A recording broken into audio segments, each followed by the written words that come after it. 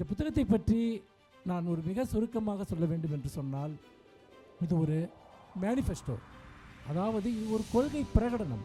நான் தொடர்ந்து புத்தகங்களை பின்தொடர்பவன் என்ற முறையில் சொல்கிறேன்.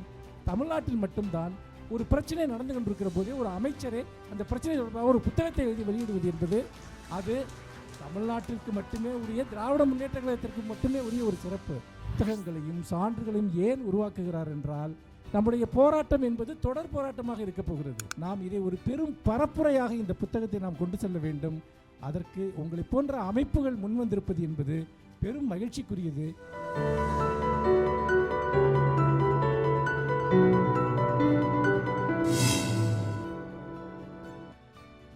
திராவிட கருத்தியல் ஆசிரியர் சங்கம் சார்பில் நம்முடைய பேரன்பிற்குரிய மாண்புமிகு பள்ளிக்கல்வித்துறை அமைச்சர் அவர்கள் எழுதிய தேசிய கல்விக் கொள்கை 2020 என்னும் மதயானை என்ற ஒரு மிக மிக முக்கியமான வரலாற்று ஆவண நூலுக்கான ஒரு திறனாய்வு அரங்கிற்கு இங்கு வருகை தந்திருக்கக்கூடிய நம்முடைய பெருமதிப்பிற்குரிய 1000 விளக்கு சட்டமன்ற தொகுதி உறுப்பினர் மருத்துவர் எழிலன் அவர்களே, அதே போல் இங்கு வரவேற்புரையாற்றி இருக்கக்கூடிய திராவிட கருத்தியல் ஆசிரியர் சங்கத்தினுடைய மாநில ஒருங்கிணைப்பாளர் திரு மாரப்பன் அவர்களே, இங்கு தொடர்ந்து இங்கு உரையாற்றவிருக்கிற திமுக மாணவர் அணி மாநில செயலாளர் அன்பு தம்பி திரு இரா ராஜீவ்காந்தி அவர்களே, அதே போல் திமுக செய்தி தொடர்பு மாநில துணைச் செயலாளர் அன்பு தம்பி சூர்யா கிருஷ்ணமூர்த்தி அவர்களே, மற்றும் நன்றியுரையாற்றவிருக்கிற திராவிட கருத்தியல் ஆசிரியர் சங்கத்தினுடைய முனைவர் ப ஜவஹர் மற்றும் இந்த மேடையில் வீற்றிருக்கக்கூடிய எழுத்தாளர் இமயம் உள்ளிட்ட அனைவருக்கும் என்னுடைய நெஞ்சார்ந்த வணக்கங்களை தெரிவித்துக் கொள்கிறேன். இங்கே மருத்துவர் எழிலன் அவர்கள் இந்த மேடையிலே அமர்ந்திருக்கிறார். உங்களுக்கு நன்றாக தெரியும், நாம் இந்த கல்விக் கொள்கையை பற்றி பேசுவதற்கு ஒரு மிகப்பெரிய ஒரு முதல் விதையாக அல்லது தமிழ்நாட்டில் ஒரு பெரும் கனலை உருவாக்கியது என்பது நீட் எதிர்ப்பு தான்.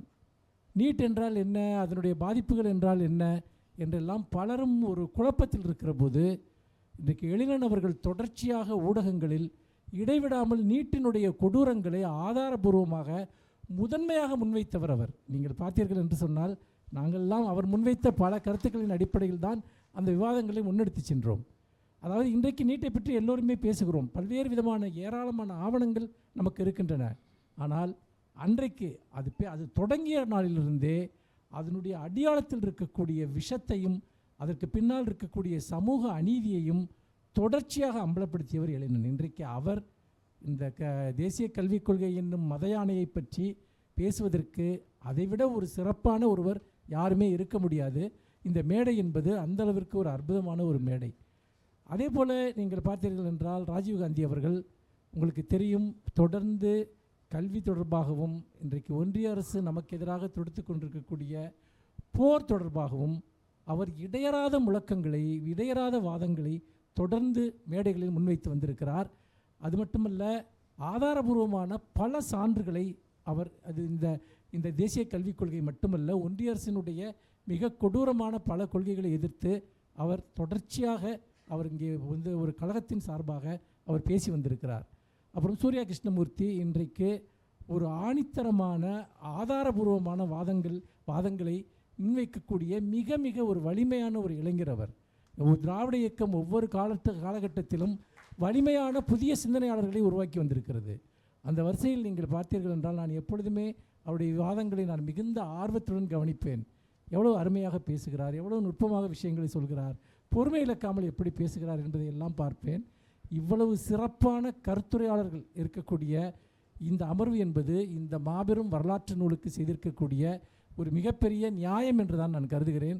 இதற்காக ஏற்பாடு செய்த திராவிட கருத்தியல் ஆசிரியர் சங்கத்திற்கு என்னுடைய வாழ்த்துக்களை தெரிவித்துக் கொள்கிறேன்.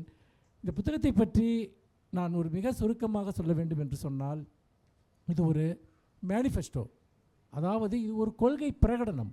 தமிழ்நாட்டு அரசினுடைய திராவிட முன்னேற்ற கழகத்தினுடைய ஒரு கொள்கை பிரகடனம், கல்விக் கொள்கைக்கான பிரகடனம். இப்படி ஒரு பிரகடனத்தை எனக்கு தெரிந்து இந்தியாவில் எந்த ஒரு மாநில கட்சியோ தேசிய கட்சியோ வெளியிட்டிருக்கிறதா என்று எனக்கு தெரியவில்லை. பிஜேபிக்கும் ஆர்எஸ்எஸ்ஸிற்கும் இத்தகைய பிரகடனங்கள் இருக்கின்றன. அந்த பிரகடனங்களை அவர்கள் வெளிப்படையாக முன்வைக்காவிட்டால் கூட ஒவ்வொன்றையும் தங்களுடைய செயலின் மூலமாக நடைமுறைப்படுத்தி கொண்டிருக்கிறார்கள், தங்கள் அதிகாரத்தின் மூலமாக நடைமுறைப்படுத்தி கொண்டிருக்கிறார்கள். ஆனால் அதற்கு எதிராக நாங்கள் ஏன் கல்விக் கொள்கையை எதிர்க்கிறோம்? சில பேர் புரிந்து கொள்கிறார்கள் இது ஏதோ இந்தியை திணிக்கிறது, அதற்காக நாங்கள் எதிர்க்கிறோம் என்று. அதைவிட மிக முக்கியமான பிரச்சனைகள் இதற்குள் இருக்கின்றன. சமூக பிரச்சனைகள், பொருளாதார பிரச்சனைகள், சமூக நீதி சார்ந்த பிரச்சனைகள், இன்னும் சொல்லப்போனால் வரலாற்று சக்கரத்தை பின்னோக்கி செலுத்துகிற, மீண்டும் சனாதானத்தினுடைய ஒரு கொடுங்கோன்மையை இங்கு கொண்டு வருவதற்கான அனைத்து அம்சங்களையும் இந்த தேசிய கல்விக் கொள்கை கொண்டிருக்கிறது என்பதை வெறும் உணர்ச்சி பூர்வமான எதிர்வினைகளால் அல்ல, ஒவ்வொரு தலைப்பாக எடுத்துக்கொண்டு ஒவ்வொரு துறை சார்ந்தும் இது எத்தகைய மோசமான விளைவுகளை ஏற்படுத்தப் போகிறது. இது கல்வியில் மாநில உரிமைகளை பறிப்பது, அதே போல் நீங்கள் கல்வியில் சமத்துவத்தை மறுப்பது, இப்படி பல விஷயங்களை எடுத்துக்கொண்டு புள்ளி விவரங்களுடன், வெறும் அரசியல் கோஷங்கள் அல்ல, சான்றுகளுடனும் புள்ளி விவரங்களுடனும் வரலாற்று ஆதாரங்களுடனும் இதிலே நம்முடைய மாண்புமிகு அமைச்சர் அவர்கள் விளக்குகிறார். ஒரு பள்ளிக்கல்வித்துறை அமைச்சர் அவர் கல்வியல் சார்ந்து ஒரு புத்தகத்தை எழுதி அதை ஒரு மாநில அரசினுடைய ஒரு பிரகடனமாகவே வெளிப்படுத்துவது என்பது எனக்கு தெரிந்து, நான் இந்திய அரசியலில் ஒரு அரசியல் சார்ந்து எழுதப்படுகிற நூல்கள், பொதுவாக நூல்களை யார் எழுதுவார்கள் என்று கேட்டால், ஓய்வு பெற்ற பிறகு அரசியல்வாதிகள் நூல்கள் எழுதுவார்கள், கவர்னர்கள் ரிட்டையர் ஆன பிறகு எழுதுவார்கள், ஜனாதிபதிகள் எழுதுவார்கள், சில பிரதமர்கள் கூட எழுதுவார்கள். நான் தொடர்ந்து புத்தகங்களை பின்தொடர்பவன் என்ற முறையில் சொல்கிறேன். தமிழ்நாட்டில் மட்டும்தான் ஒரு பிரச்சனை நடந்து கொண்டிருக்கிற போதே ஒரு அமைச்சரே அந்த பிரச்சனை தொடர்பாக ஒரு புத்தகத்தை எழுதி வெளியிடுவது என்பது அது தமிழ்நாட்டிற்கு மட்டுமே உரிய, திராவிட முன்னேற்ற கழகத்திற்கு மட்டுமே உரிய ஒரு சிறப்பு. இது கலைஞர் நமக்கு காட்டிய ஒரு வழி. கலைஞர் எல்லாவற்றிற்குமே பிரகடனங்களை உருவாக்கி இருக்கிறார், வரலாற்று சான்றுகளை உருவாக்கி இருக்கிறார், டாக்குமெண்ட்ஸ். நாம் தொடர்ந்து திராவிட முன்னேற்ற கழகம் என்பது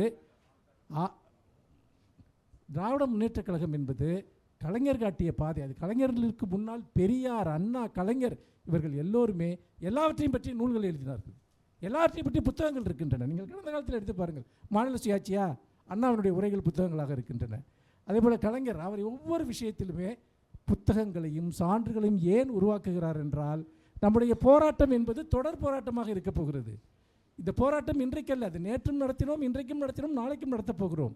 அப்படி இருக்கிற போது வரலாற்று ஆவணங்களை, தத்துவ ஆவணங்களை, அரசியல் ஆயுதங்களை கையில் நாம் கொடுக்க வேண்டும் என்றால் அது அன்றாட போராட்டங்களின் வழியாக மட்டுமல்ல, மாறாக அது அடுத்து வரக்கூடிய தலைமுறைகளுக்கும் இது ஒரு வழிகாட்டக்கூடிய ஆயுதமாக இருக்க வேண்டும் என்ற அடிப்படையில் நம்முடைய தலைவர்கள் காட்டிய அந்த வழியில், நம்முடைய மாபெரும் ஆசான்கள் காட்டிய வழியில் இன்றைக்கு நம்முடைய மாண்புமிகு பள்ளிக்கல்வித்துறை அமைச்சர் அவர்கள் இந்த புத்தகத்தை எழுதியிருக்கிறார்.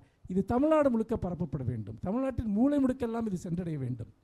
இது போன்ற நூற்றுக்கணக்கான கூட்டங்கள் தமிழ்நாடு முழுக்க நடக்க வேண்டும் என்பதுதான் என்னுடைய விருப்பம். இது ஒரு அமைச்சர் எழுதிய புத்தகம் என்பதால் அல்ல, மாறாக இது ஒரு கருத்தியல் ஆயுதம். நாம் இதை ஒரு பெரும் பரப்புரையாக இந்த புத்தகத்தை நாம் கொண்டு செல்ல வேண்டும். அதற்கு உங்களை போன்ற அமைப்புகள் முன்வந்திருப்பது என்பது பெரும் மகிழ்ச்சிக்குரியது.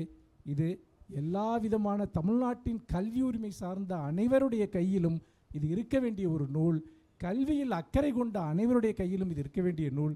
அந்த வகையில் இந்த நூலை நாம் மூலை முடுக்கெல்லாம் கொண்டு செல்வதற்கு நாம் அனைவரும் முயற்சி எடுக்க வேண்டும் என்று கூறி இந்த வாய்ப்பிற்கு நன்றி கூறி விடைபெறுகிறேன். நன்றி, வணக்கம்.